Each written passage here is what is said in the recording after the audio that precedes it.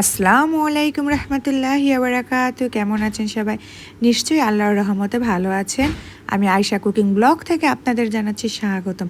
আজ আমি আপনাদের কাছে নিয়ে এলাম একটি ছোট মাছের চচ্চড়ি রান্না। তো এই মাছটি কিন্তু আমাদের যে আড়ই বিল আছে সেই আড়ই বিলের ডাঙার মাছ। তো শুধু এই মাছ না, আমি অন্য মাছও এনেছিলাম, তো ওগুলা কিন্তু আমি তুলে রেখেছি। এখন কিন্তু এই মাছটাকে আমি সুন্দর করে পরিষ্কার করে ধুয়ে কেটে বেছে আমি ধুয়ে নিয়েছি। এখন কিন্তু আমি এর ভিতরে লবণ মাখিয়ে একটু পানি দিয়ে আমি রেখে দেব, যে পেটের ভিতরে যদি আরও কিছু ময়লা থাকে সেটা কিন্তু দেখতেই পাবেন আপনারা, খুব সহজেই বেরিয়ে আসবে। এই তো আমি একটু পানি দিলাম, এখন কিন্তু পানিগুলো খুব স্বচ্ছ, কিন্তু কিছুক্ষণ পরে দেখবেন কিছুক্ষণ পরে এটা কিন্তু একটু ঘোলাটে হয়ে যাবে। তো আমি কিন্তু এখন এটা আমি 30 মিনিটের জন্য রেখে দিলাম। এই তো 30 মিনিট পর অলরেডি আমি চলে এসেছি। দেখেন কেমন পানিটা ঘোলাটে হয়ে গিয়েছে।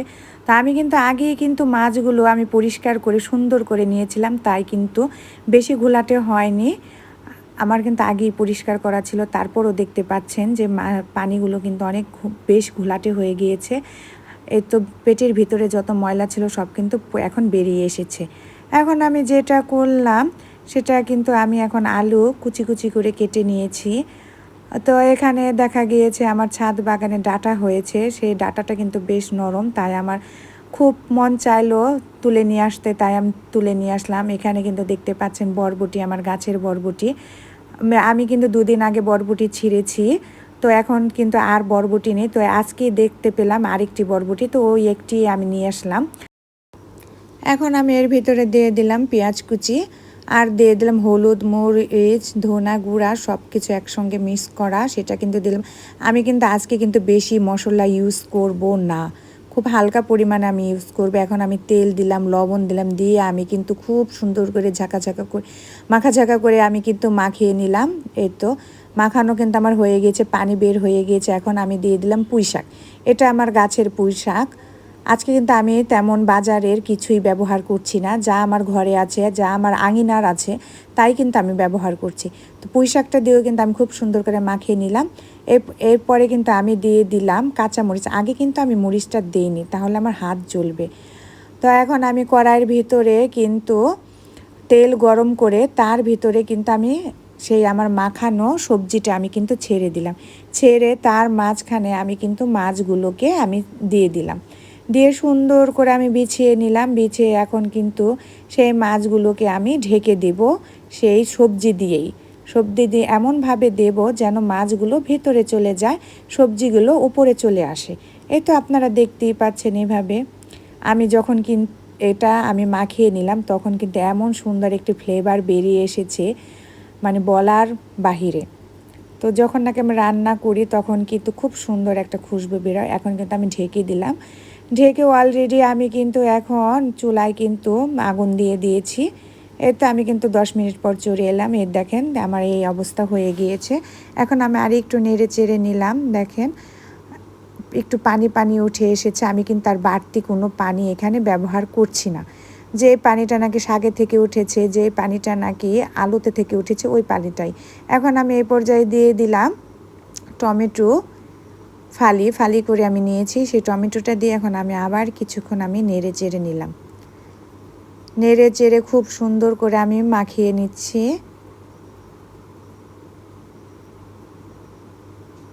তরকারিটা কিন্তু এমনিতেই আগে আমি যখন হাতে মাখিয়ে নিয়েছি তখনই কিন্তু এমনিতেই নরম হয়ে গিয়েছে। তো এখন জাস্ট একটু আমি রান্না করে নিচ্ছি। এই তো এখন কিন্তু আমার অলরেডি হয়ে এসেছে। এখন আমি এই পর্যায়ে দিয়ে দিলাম ধনেপাতা দিলে তো স্বাদ গন্ধ দ্বিগুণ পরিমাণে বেড়ে যায়, হজম শক্তিও ভালো হয়। তো এই জন্য আমি এখন দিয়ে দিলাম ধনেপাতা কুচি করে। এই তো এখন আমি আরেকটু নেড়ে চেড়ে নিব। তো দেখতেই পাচ্ছেন আমার কিন্তু নিচ দিয়ে লেগে লেগে আসছে। তো এটা যত লেগে লেগে আসবে ততই কিন্তু সুস্বাদু হবে। এই তো হয়ে গেল আমার চটজলদি ছোট মাছের চচ্চড়ি। এই তো অলরেডি হয়ে গিয়েছে, এখন কিন্তু আমি পরিবেশন করব। টমেটোটাও কিন্তু গলে গলে গিয়েছে। এই তো দেখতেই পাচ্ছেন এখন কিন্তু আমার পরিবেশনের পালা কি সুন্দর হয়ে এসেছে, খুব সুন্দর। দারুণ, এর গন্ধটা যে বের হয়েছে বলার বাহিরে। আপনারা অবশ্যই এভাবে ট্রাই করবেন। তো এখন আমি চলে যাচ্ছি আমার আরেকটি রান্নায়। আমি কিন্তু আগেই বলেছি আজকে আমি কেনা জিনিস কম ইউজ করব। আজকে আমার আঙিনায় যা আছে আমি কিন্তু তা দিয়ে আজকে আমি চালিয়ে নিব। তো এখানে তার জন্য আমি নিয়েছি আমার ছাদ বাগানের যে মিষ্টি আলু শাক, তো ডাঁটা শাক। এই তো দেখতে পাচ্ছেন মিষ্টি আলু শাক নিয়েছি, এই যে এটা হচ্ছে আমার ডাঁটা শাক। তো কিছু আমি কচুর নিয়েছি, কচু শাক নিয়েছি অল্প পরিমাণে। তো এখানে আমি আর কিছু নিয়েছি কুমড়া শাক, মিষ্টি কুমড়া শাক যেটাকে বলে, সেটা আমি এখন নিয়েছি। কুচুগুলি কুচি কুচি করে দিয়েছি। এখন আমি সবগুলোকে সুন্দর করে ধুয়ে পরিষ্কার করে নিব। পরিষ্কার করে এই যে দেখতেই পাচ্ছেন, এটা আমি এখন কিন্তু অলরেডি আমার ধোয়া বাছা হয়ে গিয়েছে। এখন আমি কড়াইয়ের ভিতর কিন্তু সিদ্ধ হওয়ার জন্য দিয়ে দিলাম। এখন আমি খুব সুন্দর করে আমি কিন্তু পানিটা ঝরিয়ে দিয়েছি। এখান থেকে কিন্তু বেশ খানিক পানিটা উঠে আসবে। তো এই পর্যায়ে আমি দিয়ে দিলাম পেঁয়াজ কুচি। তারপরে এখন আমি দিয়ে দেব রসুন কুচি, সেটা আমি দিয়ে দেব। এখানে রসুন কুচিটা কিন্তু আমি বেশ বাড়িয়ে দিয়েছি। এখন আমি দিয়ে দেব লাল কাঁচামরিচ। লাল মরিচটা দেওয়ার ফলে কিন্তু লাল সবুজের একটা মিক্স চলে এসেছে। এই তো এখন আমি এই পর্যায়ে ঢাকনা দিয়ে ঢেকে আমি কিন্তু এখন অলরেডি আমি এখন সিদ্ধ করতে দিয়ে দিয়েছি। এই তো কিছুক্ষণ পর আমি কিন্তু ঢাকনাটা উঠিয়ে এখন আমি একটু নেড়ে চেড়ে নেব। হ্যাঁ, আমার কিন্তু সিদ্ধটা হয়ে গিয়েছে। আমি কিন্তু খুব বেশি সিদ্ধ করব না। খুব বেশি সিদ্ধ করলে কিন্তু কেমন জানি দেখায় দেখায় ভাব, আর খেতেও কিন্তু অতটা পুষ্টি থাকে না, পুষ্টিগুণটাও নষ্ট হয়ে যায়। তা আমি বেশি সিদ্ধ করব না, পানি থাকতেই কিন্তু আমি নামিয়ে নেব। এখন আমি একটু কিন্তু আমি যে আমার চামিচের সাহায্যে একটু গুটিয়ে গুটিয়ে নিচ্ছি, একটু স্মথ করে নেওয়ার চেষ্টা করছি। অলরেডি আমার কিন্তু এখন কিন্তু হয়ে গিয়েছে। এখন আমি এটা নামিয়ে নেব।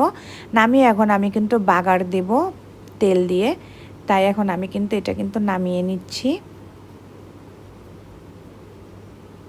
এই যে এখন আমি কিন্তু কড়াইয়ের ভিতরে আমি তেল দিয়ে দিয়েছি। আপনারা চাইলে কম বেশি করতে পারেন। আমি কিন্তু তেল কম ব্যবহার করি, কম খাই। এটা আমি আমার আগের ভিডিওতেও বলেছি, আপনাদের দেখিয়েছি। তাই আমি কিন্তু কম পরিমাণে তেলই নিয়েছি। তো যেহেতু আমার ফ্যাটি লিভার ছিল, আমি কিন্তু কমই তেলটা ব্যবহার করি। এখনও কিন্তু আমি কম ব্যবহার করি। আপনারা চাইলে কম বেশি দিতে পারবেন, তবে কম দেওয়াটাই বেটার। এখন আমি কিন্তু শুকনো মরিচ দিয়ে দিয়েছি। শুকনো মরিচ দিয়ে এখন আমি কিন্তু একটু নেড়ে চেড়ে ভেজে নিচ্ছি। আর এখন কিন্তু আমি দিয়ে দিয়েছি রসুন। আমি কিন্তু আর পেঁয়াজের ব্যবহার করব না। পেঁয়াজটা আমি কিন্তু আগেই অলরেডি দিয়েছি, তাই আমি আগে আর দিলাম না। এখানে কিন্তু অলরেডি আমি একটি কুমড়া ফুল দিতে ভুলে গিয়েছিলাম। এই ফুলটা আমি নিয়ে এসেছি। তো এটা আমি ফেলবো না, এটা আমার বাচ্চা কিন্তু খুবই পছন্দ করে। তাই একটি ফুল আমি আর কি করব, বেশি হলে না ওদের অন্য কিছু বানিয়ে দেওয়া যেত। তাই আমি কিন্তু এই ফুলটা দিয়ে একটু ভাজা ভাজা করে নিলাম। তো এখন কিন্তু যে শাকটা আমি সিদ্ধ করে নিয়েছিলাম, সেই শাকটাই কিন্তু এর ভিতরে আমি ছেড়ে দিয়েছি। এখন কিন্তু ছেড়ে একটু নেড়ে চেড়ে এখন আমি দিয়ে দিব, আমি আগে থেকে রেডি করে রেখেছিলাম আমি চিংড়ি মাছ, ছোট ছোট চিংড়ি। তো সেটাকে আমি কিন্তু খুব সুন্দর করে আগেই আমি ভাপ দিয়ে নিয়েছিলাম। তো এখন কিন্তু আমি খুব সুন্দর করে আমি নেড়ে চেড়ে সেটাকে আমি মাখিয়ে নিচ্ছি। এটা এই পর্যায়ে আমি কিন্তু লবণ দিয়ে দিলাম। আমি কিন্তু আগে লবণ ব্যবহার করিনি, কারণ আগে লবণ ব্যবহার করলে শাকের ক্ষেত্রে কালারটা কিন্তু একটু চেঞ্জ আসে। তাই আমি কিন্তু পরে লবণ ব্যবহার করেছি। এই দেখেন অলরেডি আমার রান্নাটা হয়ে গিয়েছে, এখন পরিবেশনের পালা। দেখতেই পাচ্ছেন কি সুন্দর হয়ে এসেছে। কালারটাও কিন্তু এমন একটি কাঁচা কালার এসেছে, লাগে মনে হচ্ছে যেন সবুজ মাঠ আমি সাজিয়ে নিয়েছি। তো আমার এই রান্নাটা যদি আপনাদের কাছে ভালো লেগে থাকে, অবশ্যই আমাকে লাইক কমেন্ট শেয়ার করবেন ও সাবস্ক্রাইব করে আমার পাশে থাকবেন। আল্লাহ হাফেজ।